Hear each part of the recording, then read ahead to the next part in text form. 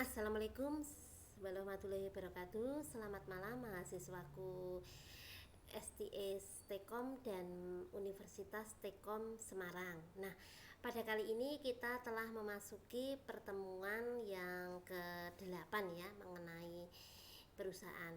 Sebelum saya mengupas materi terlebih dahulu, saya ingatkan untuk menerapkan protokol kesehatan 5M ya, yaitu memakai masker, mencuci tangan pakai sabun yang pada air yang mengalir, menjaga jarak, kemudian ini ya, menjauhi kerumunan dan keramaian. Yang terakhir yaitu mengurangi mobilitas dan interaksi ya. Nah, insya Allah kita semua pasti bisa ya. Ingat, Indonesia sehat, Indonesia bangkit ya. Nah, terus ini ya, serta tak lupa saya mengucapin selamat menunaikan ibadah puasa bagi yang menjalankan puasa pada bulan suci Ramadan kali ini ya. Nah, semoga dengan ini ya, bulan penuh rahmat ini dan berkah ini bisa menjalankan ibadah puasa Ramadan pada 1442 Hijriah ya. Semoga kita semua diberikan kesehatan, sehat walafiat dan kekuatan dan kekusukan serta keberkahan dalam menjalankan ibadah puasa. Amin ya. Salam sehat untuk semua ya. Nah, pada kali ini ya kita mengupas mengenai ini ya. Terima kasih yang sudah hadir pada malam hari ini, mahasiswa Universitas Tekom Semarang dan mahasiswa STS Tekom Solo ya, atau dikenal dengan Sekolah Tinggi Ilmu Ekonomi Modern ya. Dan terima kasih. Nah, pada kali ini kita mengupas mengenai hukum perusahaan ya. Nah, terima kasih yang masih rajin menyimak pada pertemuan kali ini ya. Nah, di sini di pertemuan kali ini kita mengenal hukum perusahaan itu sendiri, kemudian kita mengenal ini ya, perkembangan hukum perusahaan, kemudian kita mengenal struktur internal perusahaan di Indonesia. Kemudian yang terakhir kita mengupas mengenai manajemen perusahaan. Oke, sebelum ini saya ucapkan terima kasih yang sudah hadir ya pada malam hari ini, mahasiswa STS Tekom dan Universitas Tekom Semarang. Nah, oke, kita kupas ya pelan-pelan mengenai materi pertemuan pada malam hari ini, yaitu hukum perusahaan. Nah, kita ketahui dulu ya, hukum perusahaan di sini adalah ini ya, semua peraturan peraturan hukum yang mengatur mengenai segala jenis usaha, bentuk usaha ya.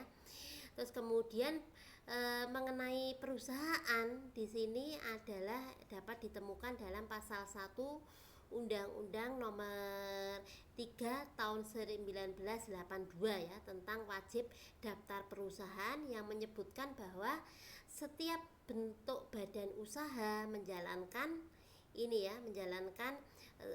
setiap jenis usaha bersifat tetap terus-menerus dan dirikan bekerja berkedudukan di Indonesia dengan tujuan memperoleh keuntungan laba. Nah, ini menurut ini ya, di sini Ibu tulis ini menurut diterjemahkan dari bahasa Inggris, hukum perusahaan di sini bahwa badan hukum yang mengatur hak, hubungan, perilaku perusahaan ataupun organisasi bisnis, istilah tersebut mengacu pada praktek hukum yang berkaitan dengan korporasi atau teori korporasi. Nah, hukum perusahaan di sini adalah suatu bentuk peraturan ya, yang mengenai segala jenis usaha, bentuk usaha apabila hukum dagang atau KUHD merupakan hukum khusus atau dikenal dengan lex specialis. Nah, di sini ada terhadap hukum KUHD Perdata yang bersifat lex generalis, yaitu hukum perusahaan ya, yang merupakan ini ya, hukum khusus terhadap hukum dagang. Nah, di sini dalam hukum perusahaan ini ada ini ya, ada korporasi dan merupakan subjek ya yang tidak diindriai atau tidak berwujud. Nah, bersifat terpisah dari pemiliknya. Dalam kontras menjalankan perusahaan korporasi, membuat perjanjian kontras, membeli atau menjual barang, menuntut ini ya atau dituntut pengadilan. Nah, di sini membuat perjanjian sewa menyewa. Nah, di dalam sewa menyewa ini dan membayar pajak sesuai dengan pengaturan dalam hukum perusahaan. Nah, serta harus tunduk ya pada hukum perusahaan atau hutang-hutang korporasi yang menjadi hutang perusahaan dan bukan hutang pribadi ya atau para pemilik pemegang saham. Nah, kemudian kita kenal dulu ya perusahaan itu apa. Kalau perusahaan itu kan kita kenal yaitu keseluruhan perbuatan yang dilakukan terus-menerus ya. Sesudah terus-menerus di sini bertindak keluar, mendapatkan penghasilan dengan meningkatkan perniagaan barang, menyerahkan barang-barang dan mengadakan perjanjian perdagangan ya. Nah, ini yang dimaksud dengan perusahaan ya. Nah, kemudian ini ya jenis-jenis korporasi atau hukum perusahaan ini ada tiga ya, ada tiga berdasarkan kepemilikannya. Nah, ini korporasi ini ada tiga. Yang pertama yaitu korporasi milik negara atau state corporation. Yang kedua korporasi milik swasta atau private corporation. Yang ketiga yaitu korporasi campuran, nah di mana modal berasal dari unsur negara dan swasta ya. Nah, oke, kita kupas pelan-pelan ya mahasiswaku Universitas Tekom dan STS Tekom Solo ya. Nah, di sini yang pertama kita kupas mengenai ini ya, koperasi milik negara atau state corporation atau dikenal dengan BUMN. Nah, ini milik negara berbentuk persero. Nah, sebagaimana peraturan di sini pemerintah nomor 12 tahun 1998 yaitu perusahaan atau perum itu sebagaimana yang dimaksud peraturan pemerintah nomor 13 tahun 1998 ya, perum atau perusahaan umum ya. Sudah tidak asing ya perusahaan umum. Nah, kemudian berdasarkan Undang-Undang Republik Indonesia nomor 19 tahun 2003 ini mengenai badan ya, badan milik negara yang dijelaskan dalam pasal 2 bahwa BUMN memiliki maksud dan tujuan ya. Tujuan berupa ada 5. Yang pertama memberikan sumbangan bagi perkembangan perekonomian nasional pada umumnya penerimaan negara dan khususnya. Yang kedua yaitu mengejar keuntungan. Yang ketiga menyelenggarakan kemanfaatan umum ya.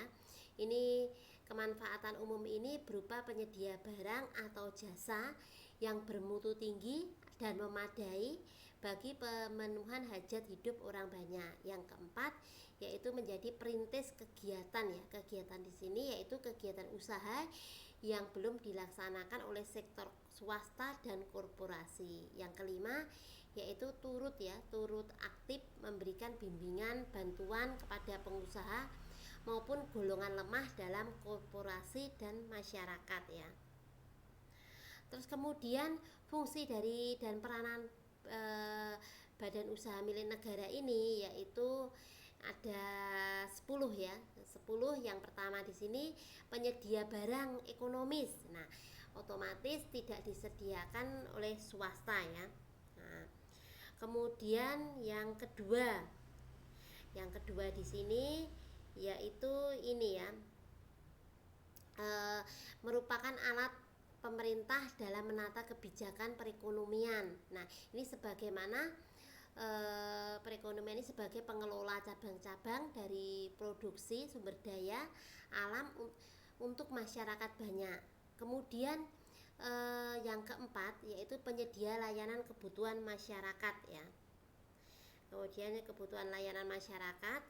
Kemudian yang kelima yaitu penghasil barang ya. Penghasil barang di sini yaitu penghasil barang di sini maksudnya barang dan jasa untuk memenuhi kebutuhan orang banyak. Yang keenam di sini adalah sebagai pelapor ya, sektor-sektor swasta, usaha yang belum diminati oleh pihak swasta.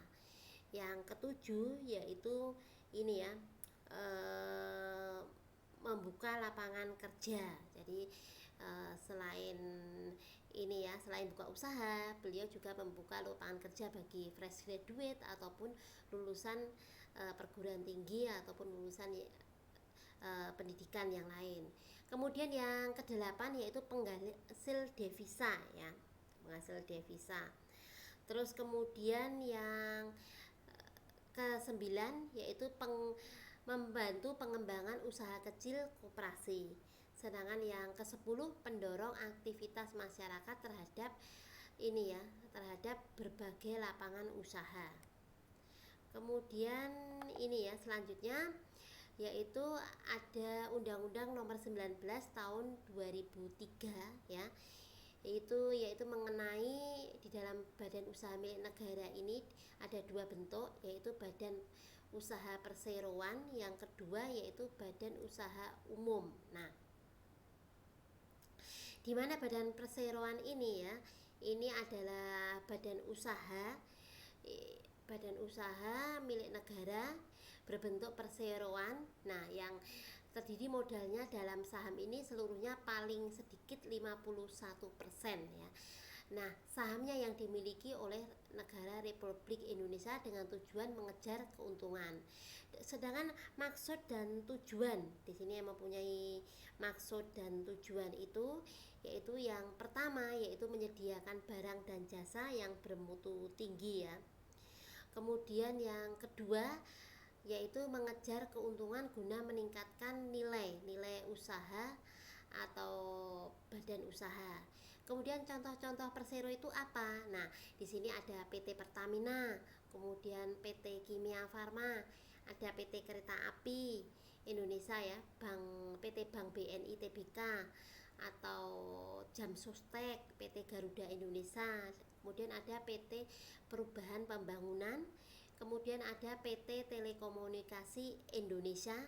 Yang keempat yaitu yang selanjutnya adalah PT Timah ya. PT Timah itu termasuk juga contoh dari perseroan. Nah, kemudian di sini ada ciri-ciri dari perseroan. Itu ada 10 ya, ciri dari perseroan, yaitu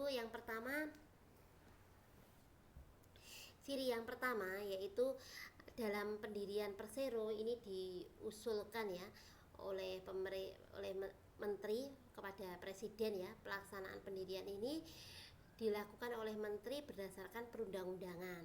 Kemudian yang kedua yaitu ini ya, modal yang berbentuk saham. Sedangkan yang keempat yaitu status perusahaan berbentuk yang diatur ya berdasarkan perundang-undangan. Yang kelima, sebagian atau keseluruhan modal merupakan milik negara dari kekayaan negara yang dipisahkan. Yang keenam, tidak mendapatkan fasilitas negara ya. Kemudian yang ketujuh, pegawai persero berstatus pegawai negeri. Terus kemudian yang kedelapan, pemimpin berupa direksi. Kemudian ada organ persero, di sini ada RPUS, direksi dan komisaris ya. Yang kesembilan, hubungan usaha diatur ya dalam hubungan perdata. Yang terakhir yaitu tujuan utamanya mendapatkan keuntungan ya. Terima kasih mahasiswaku yang sudah hadir pada malam hari ini ya, mahasiswa Universitas Tekom Semarang dan TIS Tekom Solo. Nah, selanjutnya yaitu badan usaha umum yang dikenal dengan Perum ya, atau Perum.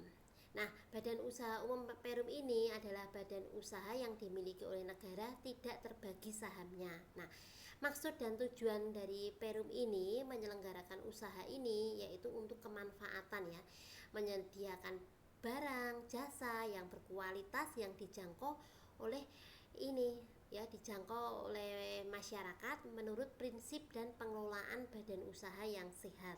Nah, contoh dari badan usaha Perum ini yang ada 9 ya. Yang pertama Perum Damri, kemudian Perum Bulog, ada Perum Pegadaian, Perum Percetakan Uang atau Perum Peruri, kemudian ada Perum Balai Pustaka, ada Perum Jasa Tirta ya, kemudian Perum Antara dan Perum Peruri, ada Perum Perunas. Nah, itu adalah contoh dari badan usaha ini ya, umum ya.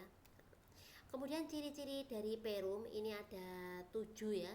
Ciri dari Perum ini yang pertama yaitu melayani kepentingan masyarakat ya, yang umum. Yang kedua di sini adalah pemimpin berupa direksi ya atau direktur. Yang ketiga, pemerintah memakai pegawai atau perusahaan dari pihak swasta. Yang keempat, menghimpun dana dari pihak. Yang kelima, pengelolaan dari modal pemerintah yang terpisah dari kekayaan negara. Kemudian yang keenam, menambah keuntungan kas negara.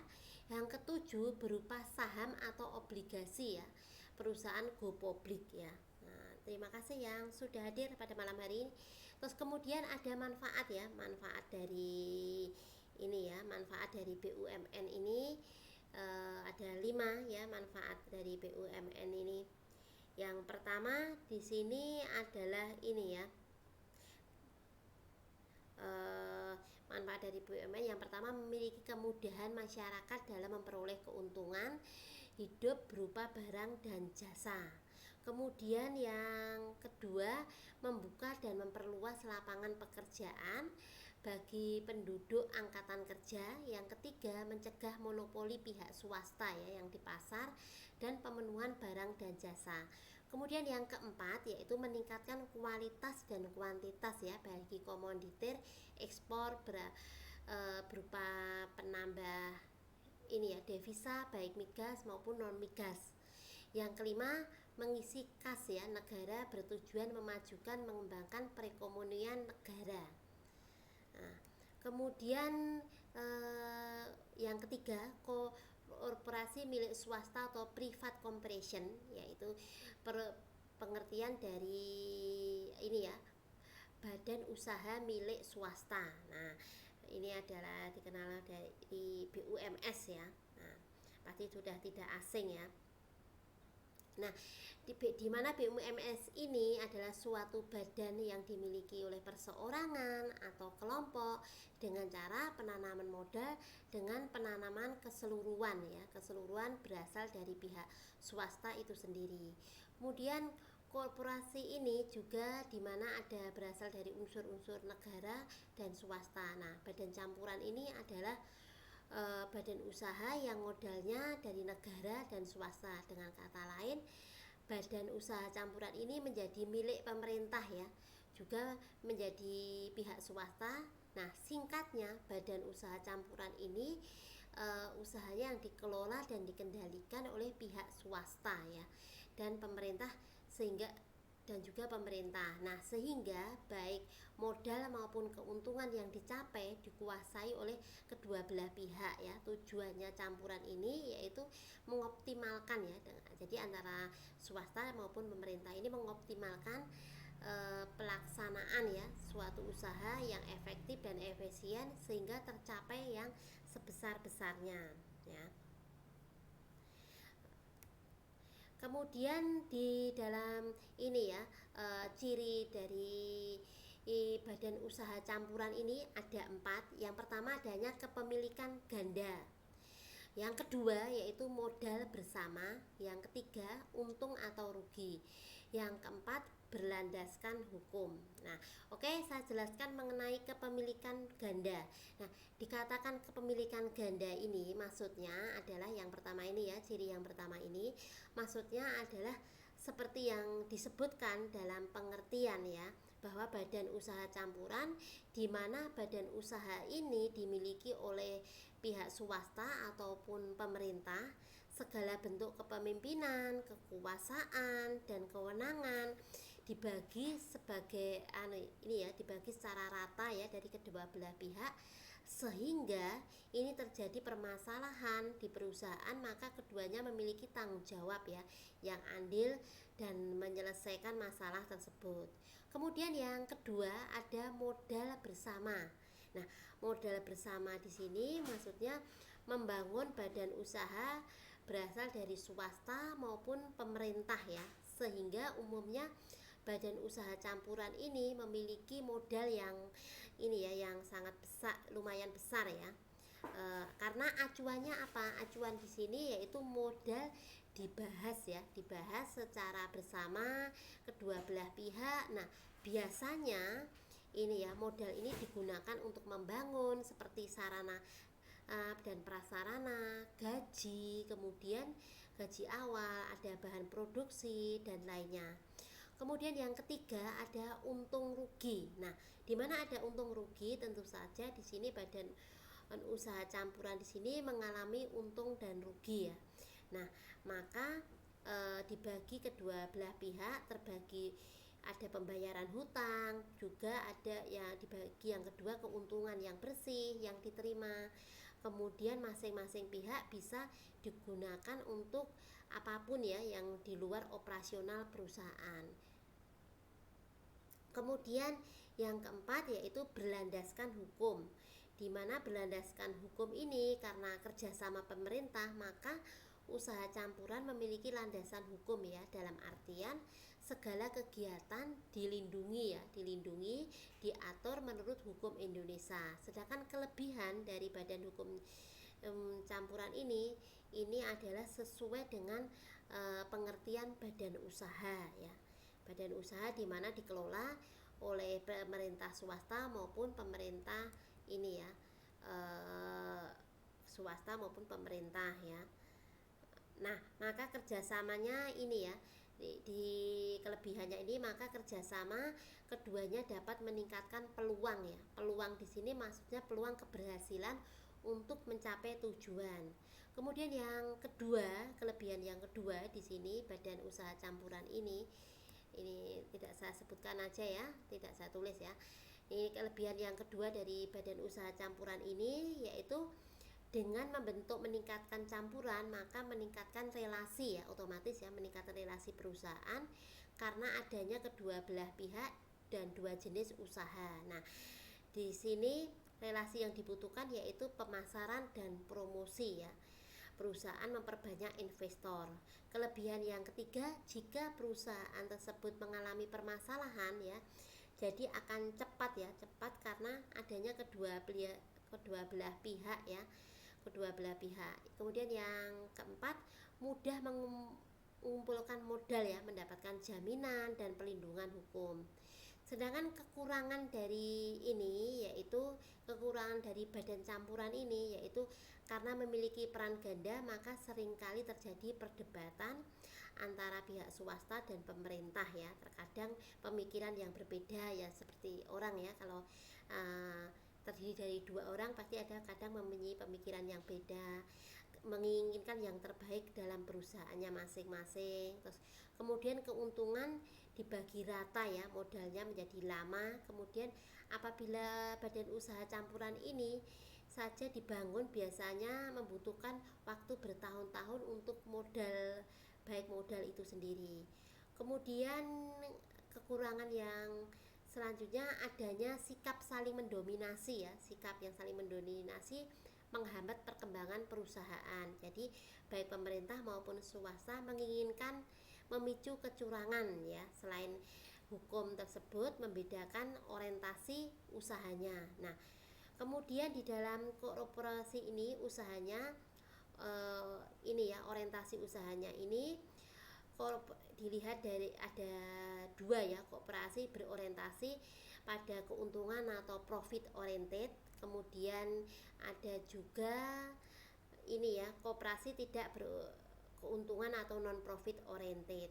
Sedangkan dilihat dari kepemilikannya, hukum perusahaan ini membedakan menjadi dua, yaitu koperasi terbuka dan tertutup. Terus kemudian hukum perusahaan ya, korporasi itu menjadi jaringan usaha yang dikembangkan. Nah, itu ada dua. Yang pertama, korporasi nasional atau lokal. Yang kedua, korporasi multinasional atau internasional. Terima kasih yang masih rajin menyimak ya. Tak terasa kita udah 24 menit ya.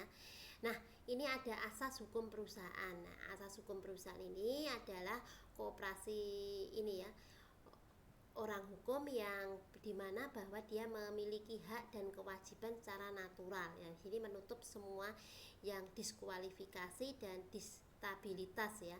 Timbullah sifat tak terwujud. Nah, di sini ada judgment. Judgment di sini maksudnya perusahaan di bawah hukum ya, yang benar-benar dari pelanggan. Kemudian ada ke memorandum. Kemudian meski memungkinkan setelah ini ya, pembangunan bisnis yang persis seperti sebelumnya, ada orang yang sama ya, adalah manajer. Nah, ditandatangani yang menerima keuntungan perusahaan tidak berada dalam hukum agen atau pelanggan. Nah, sebagai anggota dan ini ya, atau wali mereka. Nah, terima kasih ya yang rajin menyimak pada pertemuan kuliah yang tadi ini ya, habis sholat tarawih terus melanjutkan buka puasa boleh sambil minum es atau buah atau ini ya, rebahan ya. Nah, oke, saya lanjutkan materi. Nah, ada batasan ya gagasan kooperasi ini secara terpisah. Di sini ada direktur, juga ada pemegang saham yang kebanyakan. Nah, ini negara memiliki undang-undang yang mengizinkan peradilan mengangkat selubung permasalahan ya, memasang kewajiban direktur, pejabat atau hal penipuan. Nah, di sini menghindari pajak terhadap polusi lingkungan, bidang-bidang ketertiban umum ya. Kemudian di sini masuk ke perkembangan hukum perusahaan. Nah, di sini ada eksistensinya ya, di mana ada perusahaan perseroan terbatas dalam hukum ini diatur dalam pasal 36 sampai dengan 56 Kitab Undang-Undang Hukum Dagang atau KUHD. Nah, dalam perkembangan ini KUHD dianggap tidak menampung dinamika ya bisnis. Nah, sehubungan dengan tersebut maka merespon kebutuhan hukum ini, pemerintah memerlukan ini ya, memerlukan ini ya,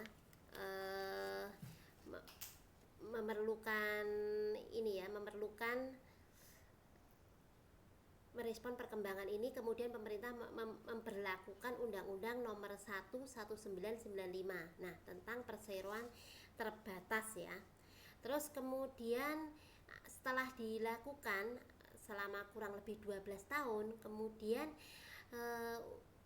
Undang-Undang Nomor 1 tahun 1995 dirasakan dilakukan berbagai perbaikan ya, khususnya mengkomodir perkembangan. Nah, di sini terjadi ketentuan Undang-Undang Nomor 195 ini dipandang tidak lagi memenuhi perkembangan hukum dan kebutuhan masyarakat dan keadaan ekonomi serta kemajuan ilmu pengetahuan dan teknologi ya.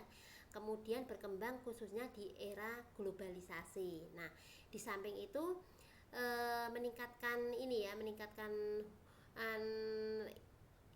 tuntutan masyarakat, hukum perusahaan khususnya berkaitan dengan pelayanan publik. Nah, ini dilakukan dalam layanan cepat, kemudian ada kepastian hukum serta tuntutan perkembangan. Nah, di sini berprinsip pada pengelolaan perusahaan atau yang baik atau dikenal dengan good corporation government ya, melalui Undang-Undang Nomor 40 tahun 2007, yaitu dilakukan pengembangan peraturan mengenai perusahaan. Nah, terutama peraturan ini adalah baik berupa menambahkan ketentuan, perbaikan, penyempurnaan maupun ketentuan yang lama yang dianggap relevan ya. Kemudian ini ya, kita lanjutkan mengenai struktur internal perusahaan. Nah, di mana ada struktur internal perusahaan di sini, yaitu ada pemegang saham, ada pejabat direktur, kemudian ada ini ya, yang lainnya kita kupas pelan-pelan ya. Terima kasih yang masih rajin menyimak ya. Sekarang udah 30 menit ya. Nah, di struktur internal di sini maksudnya definisinya hukum perusahaan, peraturan yang memegang saham, menandatangani otoritas dan sebagainya. Di sini ada direktur ya. Direktur di sini tergantung legalitas perusahaan ya. Direktur di sini dapat didefinisikan konsumer dari perusahaan yang di dalam pemberitahuan direktur menyerahkan memasukkan dokumen ya, dan orang yang dipilih direktur pemegang saham perusahaan tersebut. Kemudian ada pengangkatan dan pemecatan direktur. Nah, di sini eh, bahwa ada pengangkatan dan pemecahan direktur di sini di bawah yurisdiksi ya, di mana korporasi ditetapkan dari gabungan banyak artikel ya, dari direksi yang ditunjuk, kemudian dihapus pemegang saham, kemudian diskualifikasikan utama didasarkan pada usaha kompetensi militan dan solvabilitas, kemudian ada resistensi meskipun diskualifikasi tersebut misalnya berlaku untuk pemegang saham. Nah, kemudian di sini ada direktur di sini ketika sedang di kantor tidak memiliki status bangkrut ya. Ini bukan ini ya tes kebangkrutan yang didasarkan akuntansi, tetapi penentuan status hukum. Nah, pelepasan seseorang dari kebangkrutan ini mengembalikan kualifikasi menjadi direktorat. Kemudian di dalam wilayah hukum ini ada penggabungan ya antara perusahaan yang dilakukan dengan huruf paten dan persyaratan yang sama. Nah, ini diungkapkan dalam banyak kasus ya dalam undang-undang, tetapi hukum perusahaan ini secara umum ini adalah direktur seperti menjadi pemegang saham dalam memenuhi syarat untuk jabatan.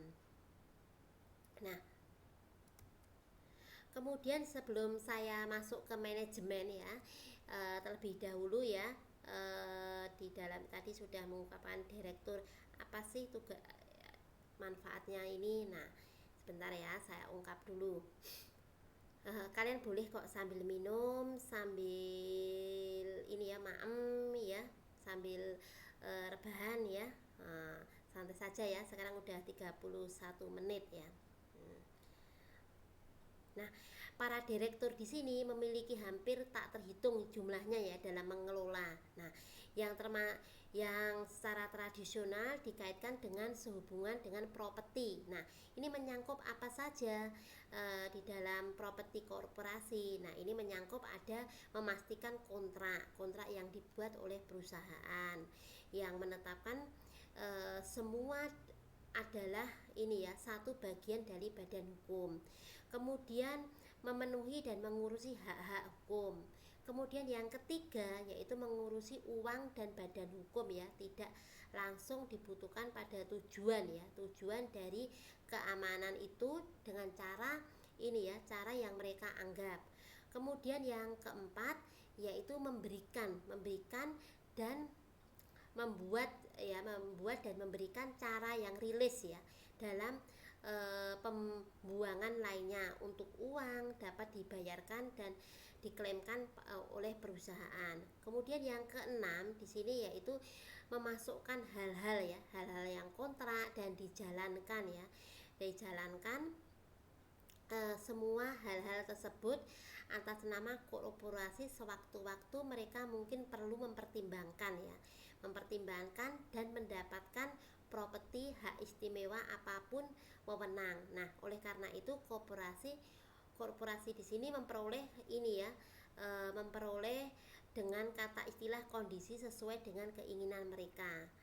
Kemudian yang ketujuh mengadakan proses ya. Proses di sini maksudnya proses hukum dan melawan ini ya.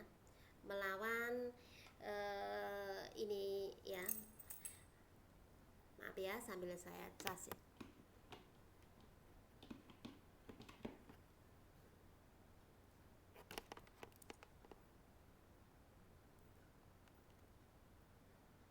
Nah, maaf ini ya. Kemudian yang ketujuh yaitu mengadakan proses hukum dan melawan badan hukum. Kemudian yang kedelapan yaitu menyisihkan hasil keuntungan. Hasil keuntungan di sini korporasi menyatakan sebelum menyatakan dividen sebesar apapun karena hal itu dianggap sebagai dana cadangan ya untuk memenuhi kontingensi atau menyediakan dividen atau mengoperasi atau mempertahankan salah satu properti perusahaan. Kemudian selanjutnya yaitu yang kesembilan, yaitu pembayaran properti atau hak istimewa. Ini diperoleh oleh jasa ya yang diberikan hukum dengan tunai atau melalui saham atau obligasi atau uang jaminan ya, jaminan atau sekuritas, dan saham semacam itu dikeluarkan baik pembayaran penuh atau dengan jumlah tertentu ya, memenuhi pembayaran sesuai dengan kesepakatan kedua belah pihak. Kemudian ada ini ya, ke-10 ada menginvestasikan keuntungan ya yang dianggap cocok dari waktu ke waktu ya, serta variasi ya, variasi. Kemudian dari waktu ke waktu serta variasikan investasi dan membuang sebagian atau semua ya, semua investasi demi keuntungan. Kemudian selanjutnya yaitu yang ke-11 yaitu menunjuk ya, menunjuk dan melengser para manajer, sekuritas, bendahara, pejabat atau wartawan, dan agen pelayanan yang permanen ya atau sementara, nah atau khusus. Nah, sebagaimana mereka dalam waktu berpikir pantas dan untuk menentukan kuasa ya, yang kuasa dan tugas yang mereka menetapkan gaji mereka. Yang ke-12 yaitu membentuk aturan ya, aturan yang tegas manajemen bisnis perusahaan dan pegawai karyawannya. Yang selanjutnya yaitu mengatur pengelolaan urusan perusahaan di dalam maupun di luar negeri. Nah, ini secara khusus menunjuk untuk pengacara atau agen ya. Agen di sini maksudnya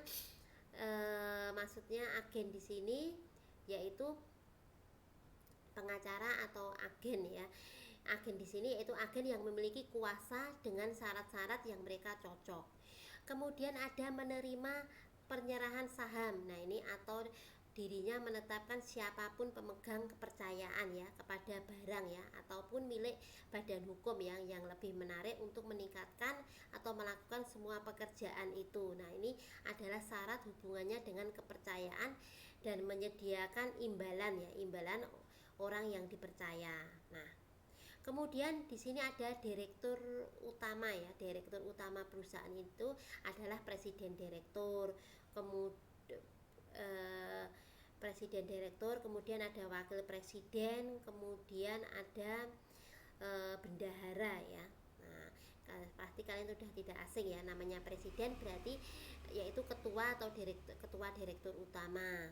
Sedangkan wakil presiden yaitu sang wakil presiden bertindak memenuhi tugas-tugasnya. Kalau bendahara otomatis berhubungan dengan rekening, dana ataupun surat berharga pada hukum ya. Kemudian kita masuk ke manajemen ya. Manajemen di sini secara umum yaitu anggaran di sebuah perusahaan yang menyediakan ya bahwa jabatan melalui pemenuhan pemegang saham. Nah, di sini pada rapat umum ini mereka sesuai dengan aturan undang-undang ya, aturan undang-undang dan formalitas yang ditetapkan dalam peraturan. Nah, para direktur ini hampir terhitung jumlahnya ya, mereka mengelola ya. Terus kemudian di dalam manajemen ini banyak juga undang-undang korporasi resmi ya yang membedakan staf perusahaan, presiden maupun wakil presiden, sekretaris dan bendahara. Kemudian ada anggota yang bisa diangkat ya, yang lebih lama direktur menunjuk mereka, dan direktur utama memecat orang yang ditunjuk atau menunjuk termasuk direksinya. Kemudian yang keempat yaitu kita ini ya merencanakan cara rilis ya, pembuangan isinya yang dibayarkan. Kemudian yang kelima memasukkan hal-hal yang secara kontrak. Kemudian yang keenam mendapatkan properti atau hak. Kemudian yang ketujuh mengadakan proses atau hukum. Yang kesembilan adanya pembayaran properti. Yang ke-10 menginvestasikan keuntungan. Yang ke-11 menunjuk mengelengserkan manajer atau sekretaris atau bendahara atau yang lainnya ya. Yang ke-12 mengatur pengelolaan urusan perusahaan di dalam maupun di luar negeri. Yang terakhir menerima penyerahan saham apapun darinya. Kemudian di sini ada ini ya, direktur utama perusahaan ya. Direktur utama perusahaan di sini ada 4, yaitu ada presiden direktur, ini juga ya, presiden direktur presiden, ada wakil presiden atau sang wakil, kemudian ada bendahara. Nah, tadi sudah saya singgung ya, kalau namanya presiden berarti ini ya, ini dikatakan presiden ini berarti presiden ini dapat disebut juga ketua ya dari direktur. Nah, tugas-tugasnya yaitu dapat ini ya, dapat mencakup mengikuti pertemuan pemegang saham, mengawasi mitra, menerima dan melaksanakan petunjuk direktur ya. Nah, presiden perusahaan ini bukan ini ya, bukan ex officio ya, atau berhak masuk ke dalam pengaturan kontrak apapun ya, dengan ketiga kecuali khususnya disahkan oleh direksi. Kemudian ada wakil dan sang wakil presiden. Nah, ini adalah bertindak memenuhi tugas-tugasnya ketika presiden tidak ada. Nah, terus ini ya, jika tidak ada, wakil presiden akan melaksanakan fungsi yang diberikan kepadanya oleh presiden ataupun sekretaris. Sedangkan fungsinya ini, fungsi sekretaris mungkin paling eksplisit ya di dalam undang-undang ini, karena undang-undang ini, oleh karena itu ada hukum sekretaris mengadakan, menyelenggarakan rapat-rapat pemegang saham, direktur, dan pengumuman tentang perhimpunan, misalkan perhimpunan, kontrak penandatanganan. Kemudian ada juga dokumen formal ya, atau file pengembalian tahunan misalkan. Nah, ada juga aspek formal yang mengenai manajemen internasional korporasi. Sedangkan yang bendahara di sini maksudnya biasanya ini ya, menangani tentang rekening, dana, surat berharga, dan badan hukum ya. Kemudian kalau sekretaris pasti sudah tahu ya mengenai administrasi surat-surat atau berkas-berkasnya. Kemudian kita masuk contoh organisasi ya, yang strukturnya itu perusahaan itu ada 11, misalkan ada direksi, kemudian ada direktur utama, ada direktur keuangan, kemudian yang kelima ada direktur personalia, yang keenam ada tugas manajer, yang ketujuh ada manajer personalia, terus kemudian yang kedelapan manajer pemasaran, yang kesembilan ini ya, ada manajer pabrik manajer, yang ke-10 administrasi dan perundang-undangan, yang ke-11 divisi regional ya. Kemudian kita masuk ke pemegang saham. Nah, ini pemegang saham ini tidak bertanggung jawab atas hutang perusahaan, tapi hal ini jika ada orang yang dimana pemegang saham atau direktur atau sama satu orang pemegang saham ini adalah sebagai investor ya, tidak bertanggung jawab atas jalannya investasi. Nah, untuk sebagian besar anggaran umum merinci ya pelaksanaan pertemuan khususnya tahunan, ada saham, ada akuarium, kemudian ada perwalian membagikan langganan ya, langganan syarat-syarat yang terbagi ya. Kemudian ada kesepakatan pemegang saham. Nah, sini otomatis ya, di sini melindungi masing-masing, mengklasifikasikan bagaimana memastikan perusahaan berjalan dengan baik, kemudian memegang saham masuk ke dalam kesepakatan ya. Semua pemegang saham yang ikut dalam partai, jika pemegang saham disertai dengan pihak-pihak yang tidak bulat ya, ada kesepakatan, ada keterikatan ya. Selain itu juga perusahaan merupakan partai yang menetapkan kinerja aksi korporasi. Terima kasih ya yang masih rajin menyimak, mahasiswa STS Tekom Semarang dan STS Tekom Solo dan Universitas Tekom Semarang. Nah, kemudian ada kondisi-kondisi ya yang mungkin tercantum ya, kondisi-kondisi yang memungkinkan tindakan tercantum. Nah, di sini untuk tindakan hukum memerlukan persetujuan direksi jika direksinya diperlukan tidak hadir. Yang kedua, tindakan ini oleh hukum mengharuskan persetujuan pemegang saham ya, sepatutnya dipanggil untuk mempertimbangkan tindakan yang diusulkan. Nah, di sini ada sebuah presentasi dari suara yang diberikan mendukung tersebut ya. Kemudian di sini ada jual beli atau dikenal dengan causal shotgun ya. Nah, di sini adalah yang paling menarik. Causal shotgun ini adalah ini ya, kausal yang senjata api berisi mekanisme cerdas mengizinkan akuisisi saham. Kemudian ada opsi saham karyawan, ini adalah harapan laba tinggi perusahaan yang terbatas ya. Ada administrasi, kemudian para karyawan yang memiliki risiko yang bekerja perusahaan ini yang memungkinkan beroperasi pada akhir fiskal yang sama ya. Kemudian ada manajemen perusahaan ya, di mana manajemen perusahaan ini mengurus perusahaan yang mudah ya, karena perusahaan ini ya, agar perseroan terus sesuai maksud yang didirikan. Perseroan juga menjadi direksi dan penyertaan keahlian. Nah, ini ada federated date atau seseorang atau person yang memegang trust atau orang yang mendapatkan kepercayaan wajib menjalankan kepercayaan disebut sebagai etikat baik ya. Ada hal yang berhubungan seperti adanya prinsip cooperative opportunity, yaitu hukum perusahaan terbatas yang diatur pada pasal 97 ayat 2, pasal 99 ayat 1 ya.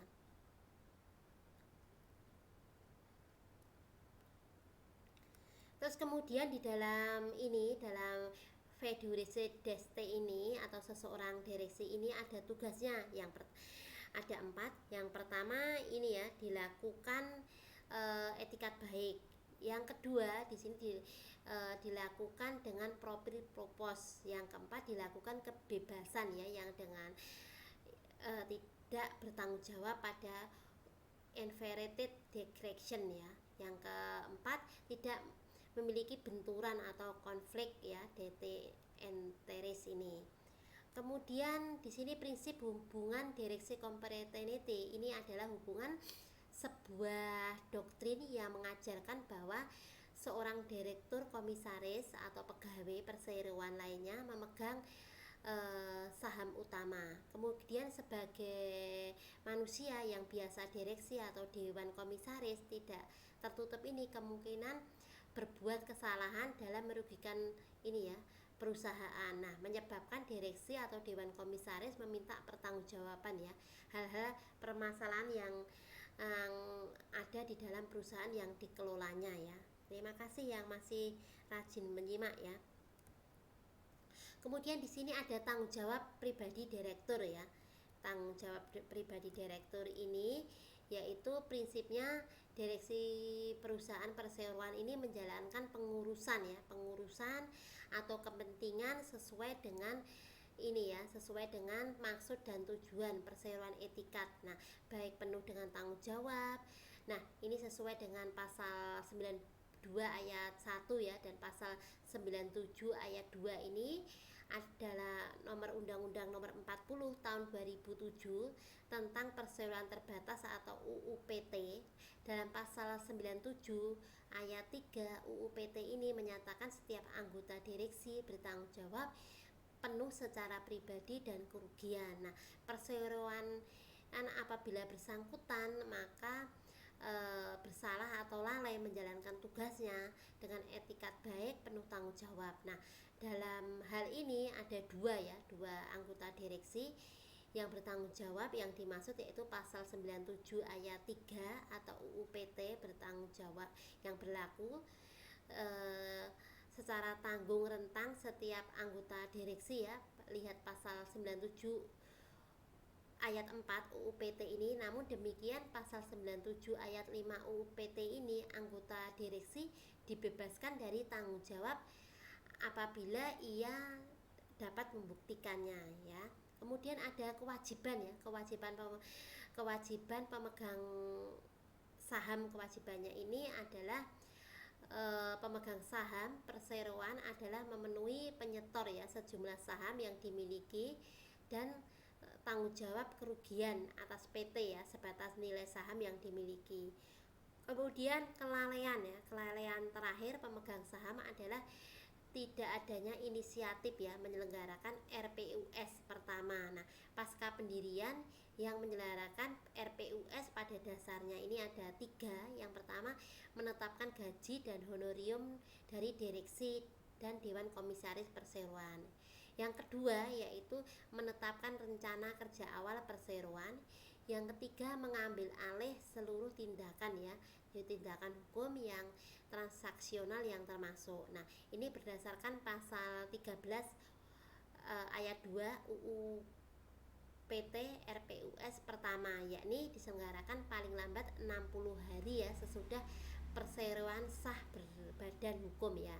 Artinya sesudah melewati batas waktu yang ditentukan dalam UU PT, maka seluruh beban dan tanggung jawab yang timbul ini ditanggung oleh diri pribadi ya atau pemegang saham yang melakukan tindakan ini hukum dan transaksi secara tidak mengikat kepada perseroan tadi. Nah, itu tadi ya pertemuan pada malam hari ini ya, semoga bermanfaat untuk kalian semua ya. Nah, saya rasa cukup. Mohon maaf kalau ada tutur kata Bu Lia yang kurang berkenan, dan mohon maaf juga ya ini karena koneksi internetnya tidak bagus ya. Selamat menjalankan ibadah puasa, semoga semua berjalan dengan baik dan dapat amalan yang baik juga ya. Nah, terus ingat ya, protokol kesehatan tetap menerapkan 5M, yaitu memakai masker, mencuci tangan pada air yang mengalir, menjaga jarak, menjauhi kerumunan dan keramaian, serta mengurangi mobilitas dan interaksi. Oke ya, salam sehat, Indonesia sehat, Indonesia bangkit. Terima kasih. Wassalamualaikum warahmatullahi wabarakatuh. Selamat malam.